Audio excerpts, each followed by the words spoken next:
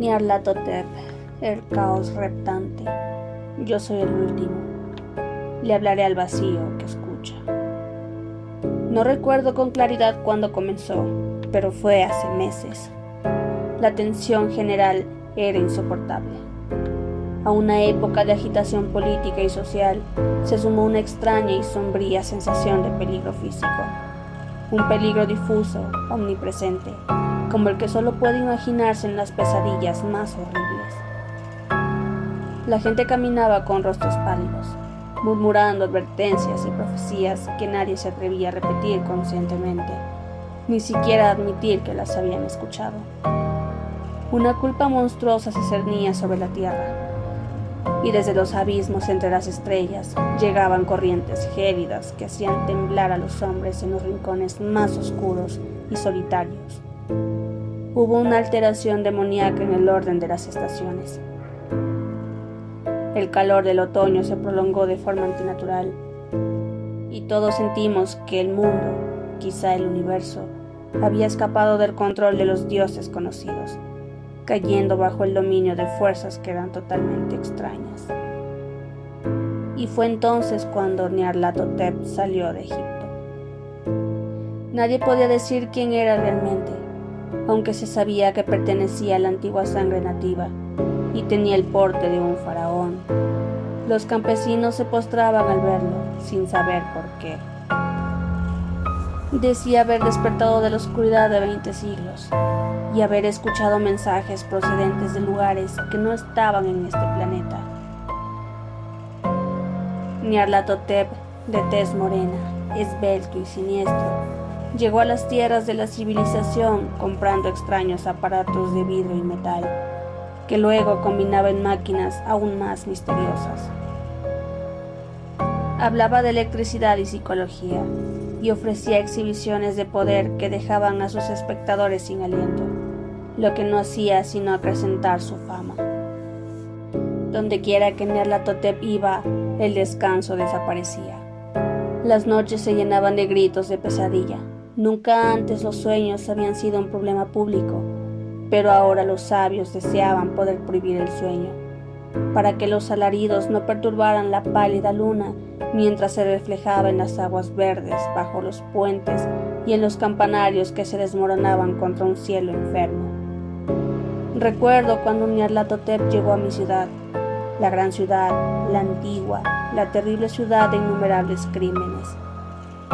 Un amigo me habló de él, de la fascinación irresistible de sus revelaciones, y ardí en deseos de descubrir sus secretos. Me advirtió que eran más terribles y sublimes de lo que mi mente podía concebir. Lo que se proyectaba en la pantalla de aquella sala oscura anunciaba cosas que solo Nyarlathotep se atrevía a profetizar, y entre los chisporroteos de su energía se arrancaba a los hombres algo invisible, algo que solo podía percibirse en los ojos. Se rumoreaba que quienes lo habían visto contemplaban visiones vedadas a los demás. Era un otoño sofocante cuando salí de noche, entre la multitud inquieta, para ver a Nyarlathotep.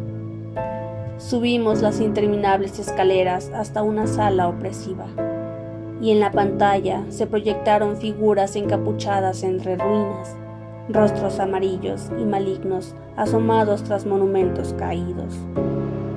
Vi al mundo luchando contra la oscuridad final, girando en agonía alrededor del sol que se apagaba y se enfriaba.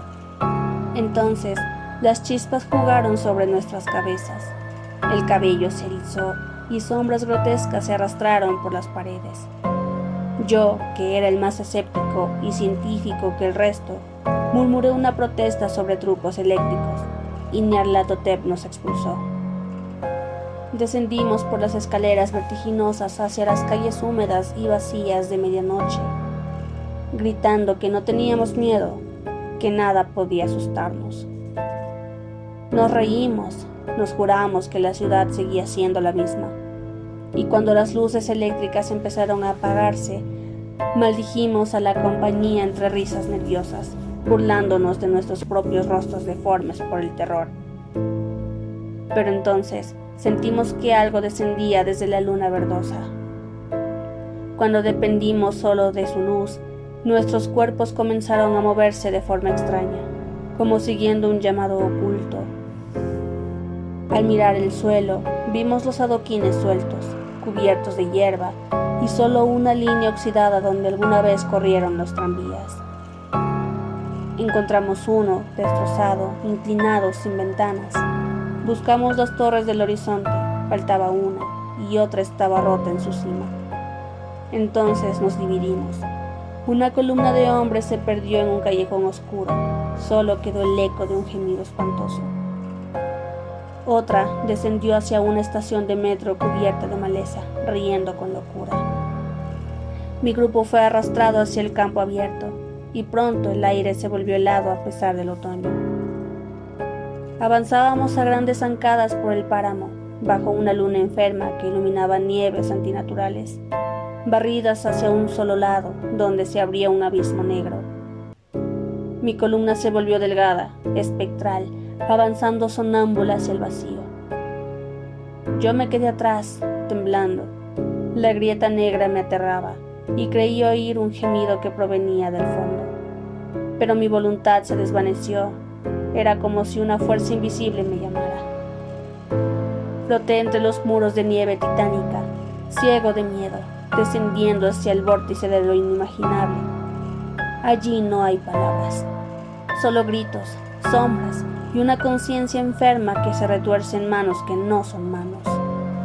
Fui arrastrado más allá de medianoche sin fin, a través de universos en descomposición, cadáveres de mundos que fueron ciudades, vientos sepulcrales que hacen titilar las pálidas estrellas. Más allá de toda creación, vagaban fantasmas de monstruos colosales, columnas ciclópeas y templos blasfemos que reposan sobre rocas sin nombre y se elevan hacia vacíos vertiginosos más allá de la luz y la oscuridad. Y en medio de aquel cementerio cósmico resonaba el monótono y enloquecedor golpeteo de tambores y el gemido de flautas blasfemas desde cámaras sin luz más allá del tiempo. Ante ese sonido detestable danzaban lentos y torpes los dioses finales, ciegos, sin mente ni voz, cuyas almas son Nyarlathotep.